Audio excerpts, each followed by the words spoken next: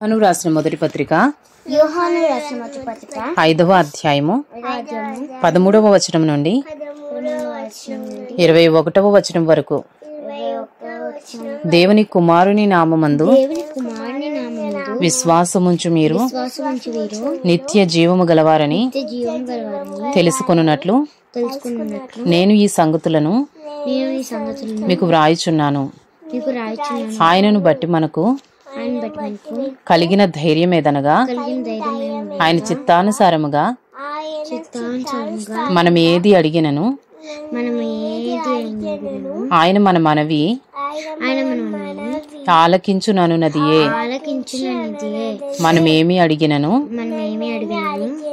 ఆయన మన మనవి ఆలకించునని మనం ఎరిగిన ఎడల మనం ఆయనను వేడుకునినవి మనకు కలిగినవని ఎరుగుదము.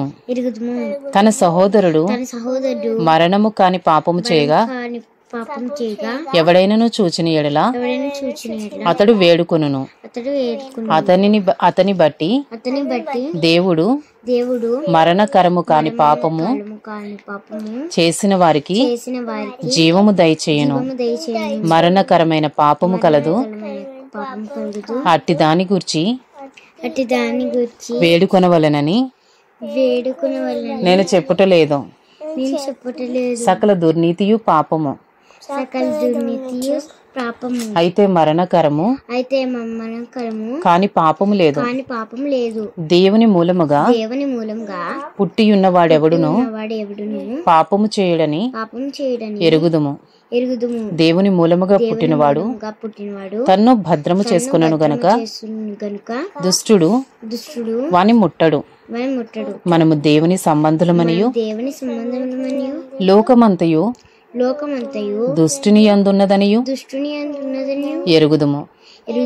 మనము సత్యవంతుడైన వానిని ఎరుగవలెనని దేవుని కుమారుడు వచ్చి మనకు వివేకం అనుగ్రహించియున్నాడని ఎరుగుదుము.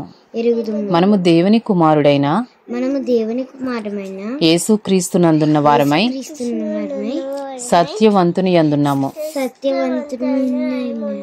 ఆయనే నిజమైన దేవుడును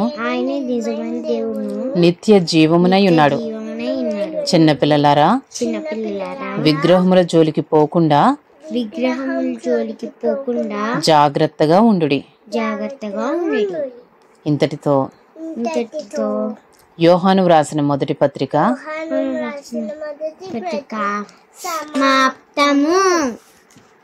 సమాప్తము.